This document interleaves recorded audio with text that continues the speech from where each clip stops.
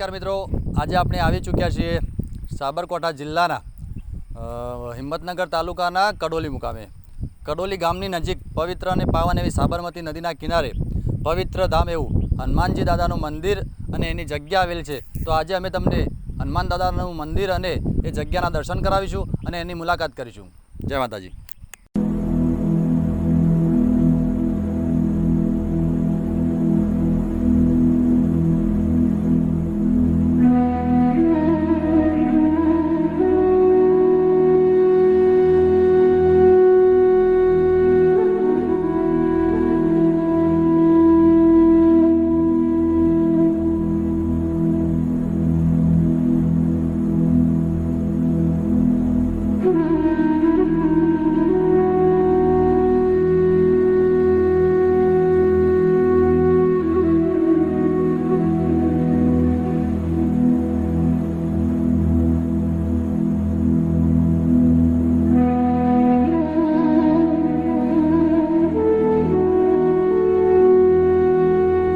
મિત્રો, આગળ મેં જેમ વિડીયોમાં વાત કરી એમ અમે જે જગ્યા અમે તમને કહી હતી એ જગ્યાએ કટી હનુમાન દાદાએ આવી ચૂક્યા છીએ. તો અમે તમને અંદર જઈને હનુમાન દાદાજીના દર્શન અને બાજુમાં જે એક લક્ષ્મીનારાયણ ભગવાનનું મંદિર છે, બીજું એક મહાદેવનું પણ મંદિર છે અને ત્યાં ધુંધળીમલ મહારાજની અખંડ ધૂણી છે.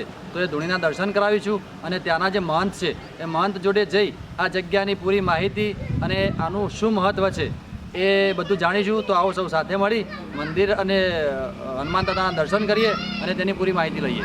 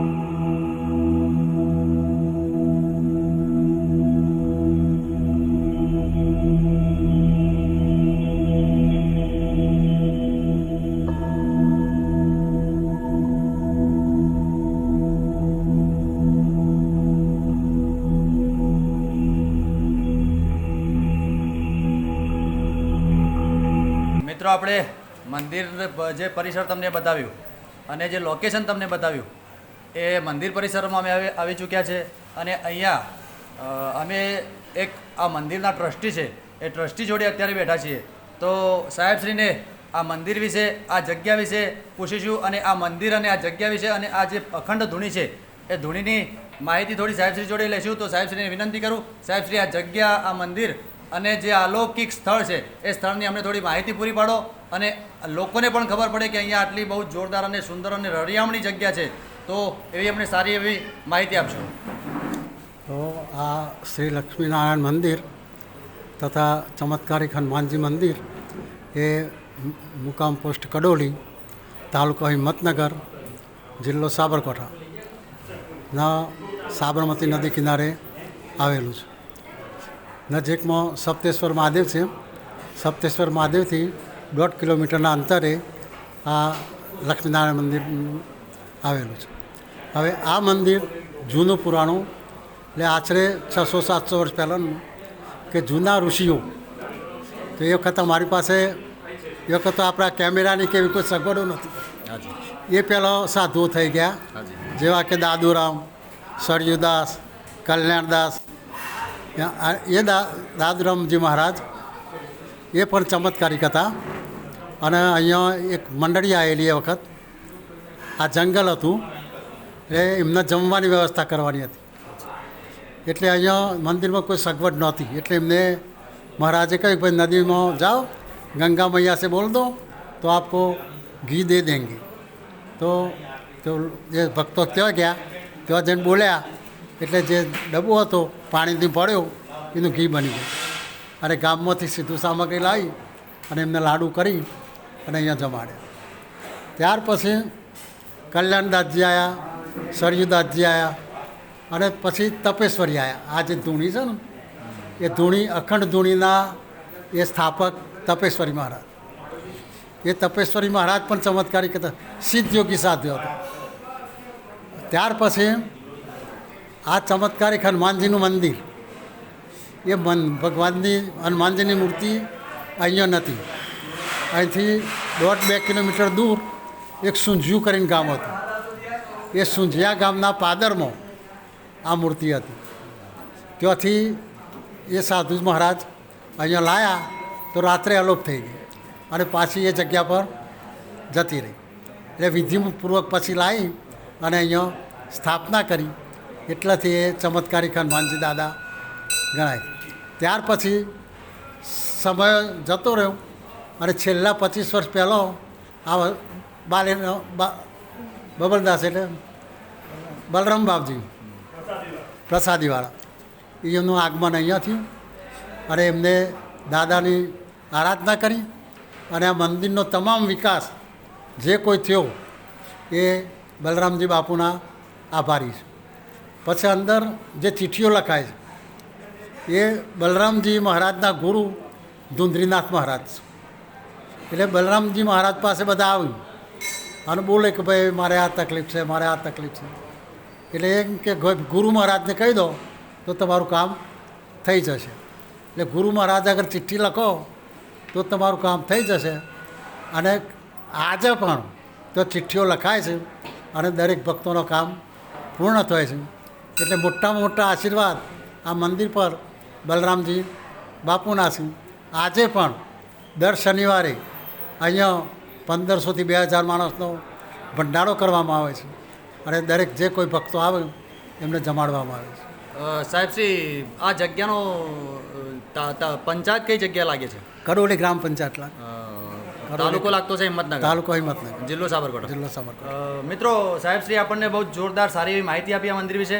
તો સાહેબશ્રીનો અમે ખૂબ ખૂબ આભાર માનીએ છીએ અમારી ચેનલ વતીથી. તો તમે પણ આવી જ સુંદર અને રળિયામણી અને પવિત્ર જગ્યા છે તો અવારનવાર અચૂકથી આ જગ્યાની મુલાકાત લેશો. અને જો તમે અહીંયા વધારે 1 કલાક માટે આવો છો તો તમારા મનને પરમ શાંતિ મળવાની જ છે.